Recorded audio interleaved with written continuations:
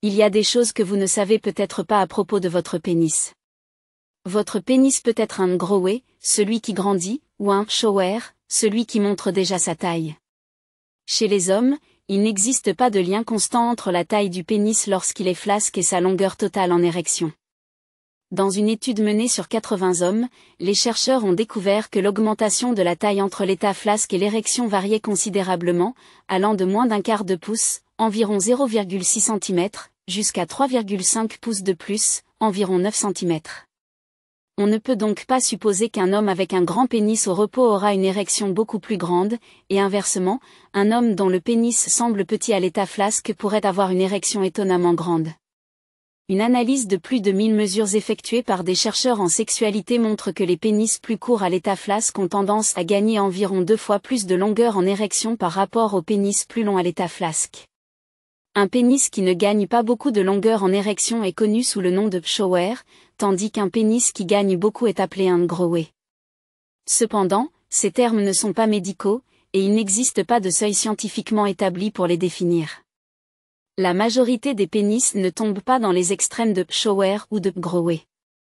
Environ 12% des pénis gagnent un tiers ou moins de leur longueur totale en érection, tandis qu'environ 7% doublent de taille en érection.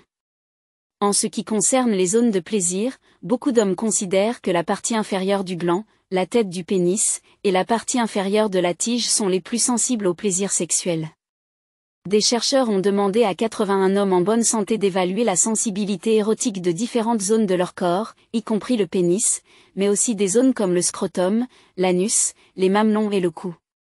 La partie inférieure du gland et la partie inférieure de la tige ont reçu la cote de sensibilité la plus élevée pour une majorité significative d'hommes, suivie par la partie supérieure du gland, les côtés gauche et droit du gland, les côtés du pénis, la partie supérieure de la tige, et le prépuce pour ceux qui ne sont pas circoncis. En ce qui concerne la sensibilité, il est important de noter que celle-ci diminue avec l'âge. Des études montrent que le pénis perd progressivement de sa sensibilité à mesure que les hommes vieillissent, bien qu'il soit difficile de quantifier exactement la perte. En général, la sensibilité est mesurée par le niveau minimal de stimulation qu'un homme est capable de ressentir, connu sous le nom de seuil sensoriel. Malgré les différences entre les études, les données montrent une tendance claire. À partir de 25 ans, la sensibilité commence à diminuer, avec une baisse plus marquée entre 65 et 75 ans. Les vibrateurs ne sont pas réservés uniquement aux femmes, ils fonctionnent également sur le pénis. En effet, la vibration est si efficace sur le pénis que, souvent, les hommes ayant des lésions de la moelle épinière peuvent éjaculer à l'aide d'un vibrateur médical spécial. Pour ce type de traitement, le vibrateur est généralement placé sous la tête du pénis. Bien que les vibrateurs puissent aider les hommes ayant des problèmes d'éjaculation, vous n'avez pas besoin de souffrir d'un problème médical pour en utiliser un, cela peut aussi être utilisé simplement pour le plaisir. Par ailleurs, la plupart des hommes seraient fiers de savoir que leur pénis est en réalité 2 fois plus long qu'ils ne le pensent. En effet, la moitié de la longueur du pénis est à l'intérieur de votre corps. Tout comme on ne voit pas toutes les racines d'un grand chêne qui sont enfouies dans le sol, la racine de votre pénis est dissimulée à l'intérieur de votre bassin et est attachée à l'os pubien. Le fait d'utiliser régulièrement votre pénis est essentiel pour le maintenir en bonne forme.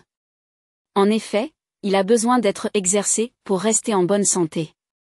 Afin de maintenir un tonus sain, le muscle lisse du pénis doit périodiquement être enrichi en oxygène grâce à l'afflux de sang qui le rend érigé.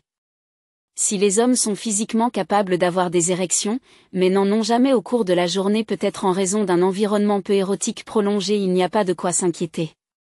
Le cerveau dispose d'une fonction automatique de maintien du pénis, provoquant des érections pendant la phase de sommeil appelée phase REM, mouvements oculaires rapides.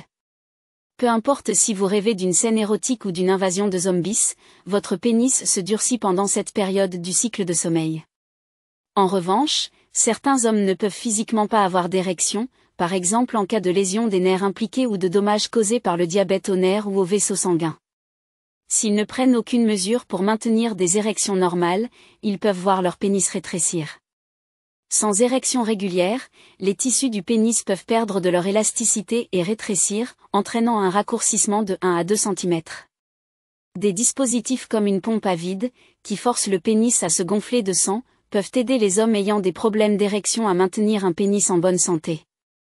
Enfin, votre pénis est un véritable habitat. La peau de votre pénis abrite une communauté diversifiée de bactéries. Des chercheurs ont utilisé des tests génétiques pour identifier les bactéries présentes sur les pénis des hommes. Leur étude a révélé qu'il existe un total de 42 types de bactéries uniques qui habitent la peau du pénis.